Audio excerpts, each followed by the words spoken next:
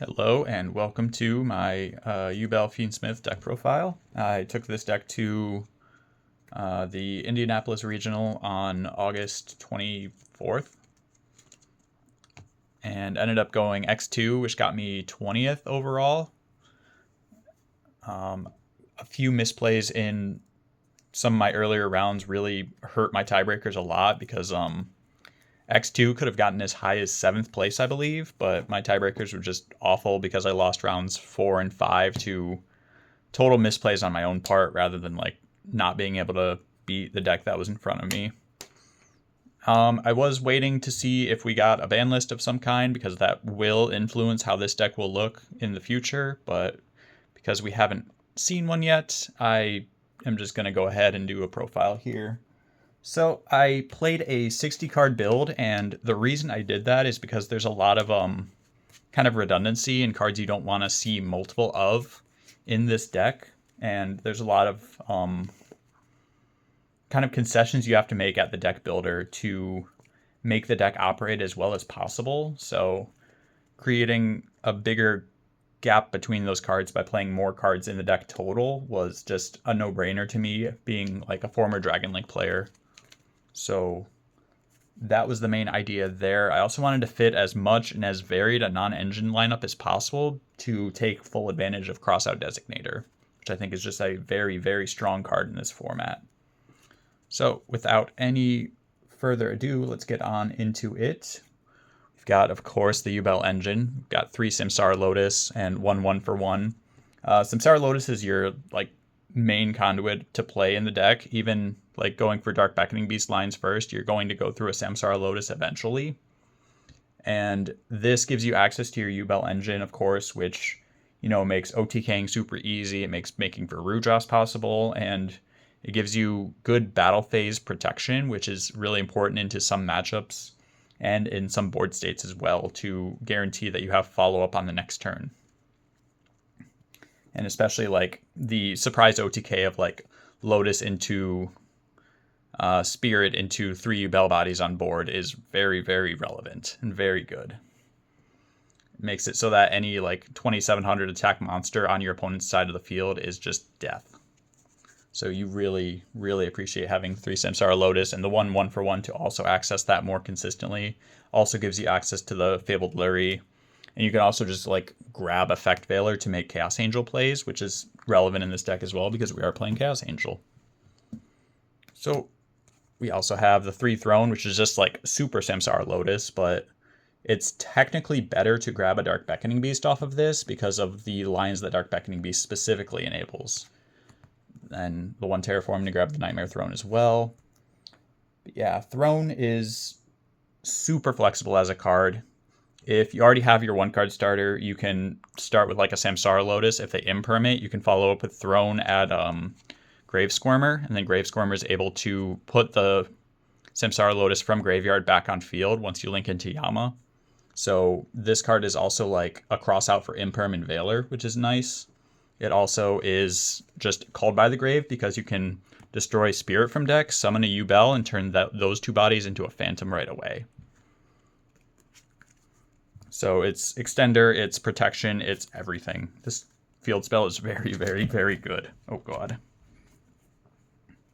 So moving on to what I alluded to earlier, which is the cards you don't necessarily want to see a lot of, is, you know, 3 Squirmer, 2 Spirit, 2 Yubel, and 1 Terror, as well as 2 copies of Nightmare Pain. So there's a lot to talk about here.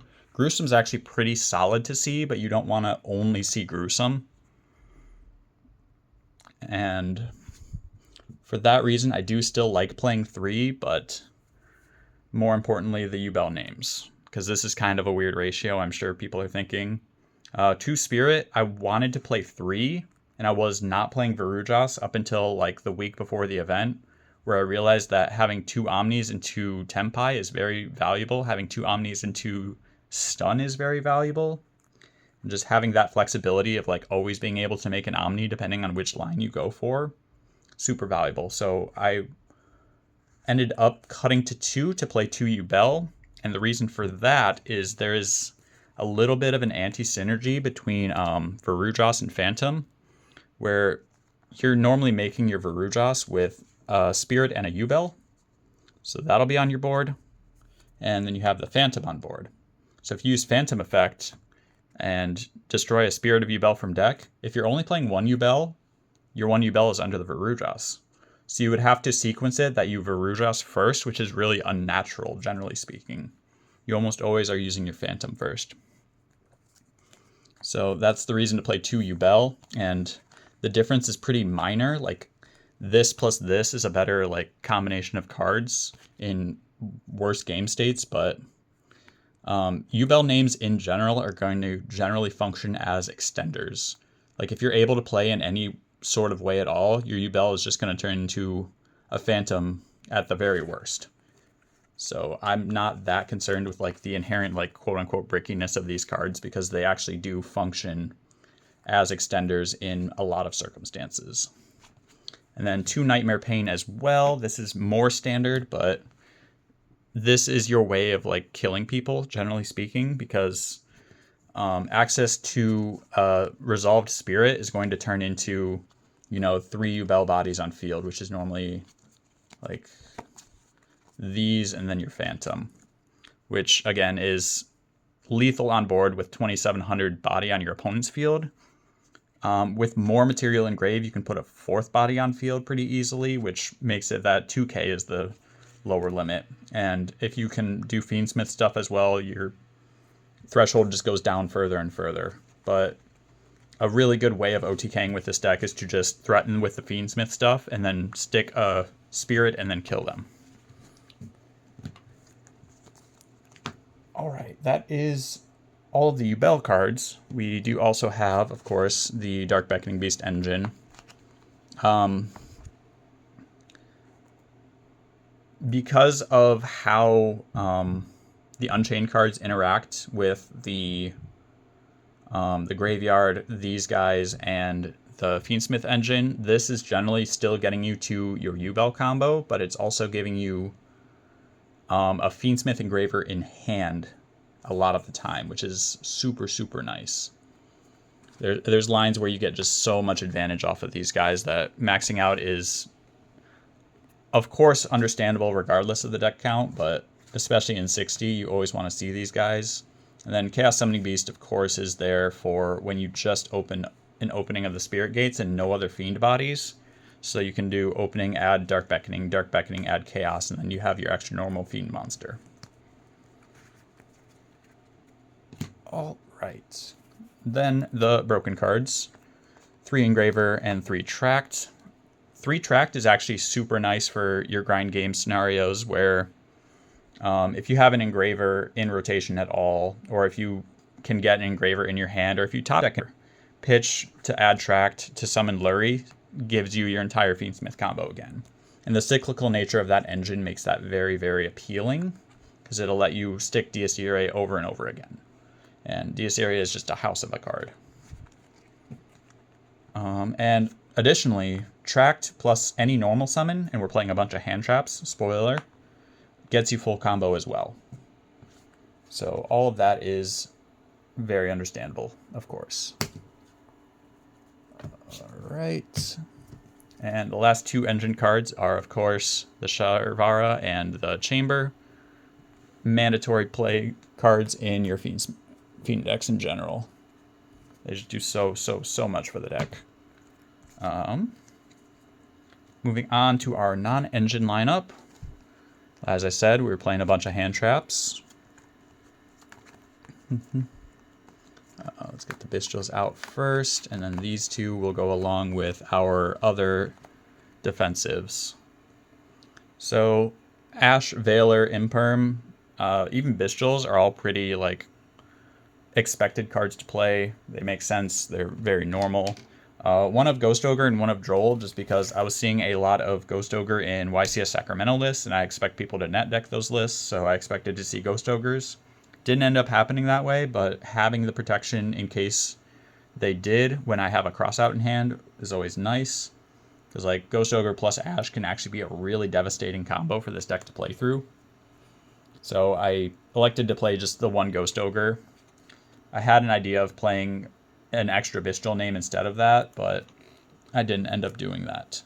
Then Droll, I mean, I think most people have decided this card isn't super worth playing, but it can win games sometimes, and it can completely stop my combo sometimes, so I just wanted the 1-of copy to make sure that I could cross out it if the situation arose. And then, of course, 3 talent card is absolutely cracked, and the 1 called by card is absolutely cracked. The only other thing to talk about here is the Nibiru, and I expected people to not respect this card is mostly why I played it. Because I think a lot of the responses to YCS Sacramento were like, oh, Nib doesn't feel that good right now and all of that. But inevitably, this gives you a body on your board, which is half of your Fiendsmith combo. It gives a body on your opponent's board, which is probably big, which gives you Yubel OTK lines. And that lack of respect for Nibiru makes Nibiru better. That's always how the card works. It's always the cycle of Nibiru where if people are respecting it, it's not good to play it. If people aren't respecting it, it is good to play it. So you just pay attention to the like zeitgeist around the card and adjust accordingly. And you have great success with Nibiru. Nibiru won me like probably 3-4 games this event. So I was really happy with it overall. So going into our extra deck now. We'll start with the Fiendsmith stuff. Playing a Desiree, playing Sequence and Requiem. These are the only Fiendsmith names I'm playing. In all of my testing, I found that I almost never made Lacrima, and because of how tight the extra deck actually is with this deck, you had to make a concession somewhere, and Lacrima just doesn't come up enough. You have it for like grind game scenarios of summoning back Desiree, but more often you're able to just remake the Desiree anyway by using Sequence. Because your Desiree, when it leaves the field, is going to shuffle back the Sequence that's equipped to it. So generally speaking, I think this is just better. The only time it's actually like relevant that you don't have Lacrima is if this gets Cosmic'd, I guess, or if it gets SP'd, but generally speaking, it's not getting to that point. And of course, you've got the 1 Mutant Closed Heaven to access this from anywhere. Aerial Eater, which usually is dumping Samsara Lotus, but there's some extra deck stuff, or some side deck stuff that I'm playing as well that Aerial Eater can foolish. And Necroquip, which you can resolve to draw 1 in most combo lines. Like, most 2-card combos will allow you to draw off the Necroquip, which is super valuable in a deck with as much non-engine as this has. We're talking, I think, 26 non-engine cards total, which is just kind of nuts. Going to the Yubel stuff and like the general like Fiend good stuff, I guess. 2 Phantom, gotta play 2. If they force your first Phantom on your turn, you want to still be able to end on 1 to be able to put Yubel names up so that battle phase is like a non-issue. And you're able to cycle a lot of these pretty easily, either with like Yama effect, or sorry, not Yama effect, it's Soul of Rage effect, or with Throne effect as well. You're able to use Throne to shuffle these back. So that is handy. Playing the 1 Verujas, this is your Omni Negate with the Yubel line. Very reliable to make. Super good into stun as well, because you can set this up that Yama is still in your graveyard, and you can pop this with Yama at some point, and then pop a card on your opponent's field to deal with something. And then we're playing 1 Chaos Angel, which just breaks boards for free, and it's also a 35 body that you can just constantly recur back with a Muckraker. And Muckraker is really, really hard to actually kill in this deck because you have the Yubel Battle Protection already, and it has its own effect to protect itself on top of all of that. And just in your like normal like go second combo line, if you start with a Chaos Angel, you can summon it back with Yama, and you can summon it back with Muckraker, which gives you up to 3 banishes on your opponent's turn, which is usually more than any deck can deal with. And then we're playing Nightmare Griffin. I cut Apo for this because I think this is better. This doesn't play into talents. This is really annoying for decks to deal with, and it just shuts things down more reliably than Apo does, I think, because again, you're not playing into talents, so you don't have to worry about that card as much. And you already have the like way to pin a normal summon effect with your Phantom, so Griffin really fits in nicely here. It also lets you recycle things like, you know, Cosmics that you discarded earlier, or Imperms, or Crossouts. You can reset track to give you access to your Fiendsmith engine again as well for follow-up. And it draws you a card, which again, we like to draw cards in a deck with this much non-engine. And last 3 cards are, of course, your Unchained cards. Yama and Rage are super, super broken cards in this deck. They give you so much utility and flexibility, and then SP off of Rage is just super crazy. Very, very good. Then going into non-engine, I prepped really heavy for stun in this format, but I didn't actually see hardly anyone playing stun, which I guess regional level it makes more sense that people wouldn't be playing stun, but I wanted to be prepared rather than not, so I was on 1 Duster, 3 Cosmic, 3 Evenly. All of these go in against stun, and realistically, you just wait until they commit to the board, and you can evenly them for as much as you can, and then playing through just like 1 or 2 cards or like just Fountain is totally doable. And otherwise, you know, hold the Cosmic for the thing that actually stops you from playing, be it Tikaboo or Rivalry or Synchro Zone or Skill Drain, whatever. Yeah, use Cosmic super reactively, and Duster is just like another blowout option. You just want to be able to take as much advantage away from them as possible. I was playing 3 Phantasme, which was like a last-minute change because this card is really valuable into anything playing Fiendsmith, basically. This gives you a draw 2, put 1 back, so you can more reliably see relevant hand traps against that engine. And I was pretty happy with how Phantasme functioned overall. There was one game where I opened a Magnema and a Baldrake and didn't end up using the Baldrake, so I just searched Phantasme to deal with the IP summon on my turn. And I was able to draw 2 and get advantage that way. Phantasme is also another one of those hand traps that summons itself. So you get a free body off of resolving the Phantasme, and they have to deal with this guy. I played 1 Mulcharmy. I tried to pick up a second one, like right at the start of the event, but somebody else needed it more than I did, so I just let them have it. And I drew this 1 time the entire event, you know, a 1 of in 60, go figure. But I was happy with how this worked overall, and again, having the protection for when people activate this against me for crossout is really nice. Then our go first cards, we just went with 3 Judgment. This is super good into stun again, and just good at saying no to whatever I need to say no to. And then we played 1 Invader of Darkness, which I think is a card people like joked about a little bit at the YCS, but is actually super real. Because when you think about it, the things that stop your Fiendsmith board are going to be Cosmic and Droplet, and those are both quick play spells that Invader of Darkness stops. Also, thinking more specifically to engine cards, you stop Wanted, so one of the starters of Snake Eye is just dead if you have Invader on board, and that was relevant this event. It also stops Kaiman, so Tenpai has to draw way better to be able to beat you through Invader of Darkness. And it stops Crossout, which can also be pretty handy for if you have like a grip of hand traps and they start to try and play, and we're depending on that Crossout to stop interruptions. So I was super, super impressed with Invader of Darkness. You're able to access it off of Aerial Eater because it is a Fiend monster that you can then summon back with either Yama or Muckraker, usually Muckraker.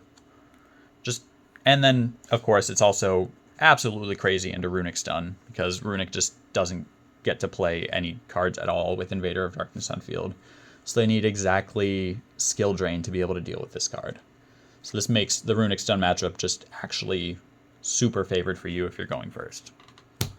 Yeah, that is the deck. Super happy with how it functioned overall. I think I just need a little bit more time on the deck, which is scary to say with a ban list looming and threats of Yubel getting hits on said ban list, but I think this deck is super, super cool, and I hope I get to play it next format as well as this one. But until next time, peace out.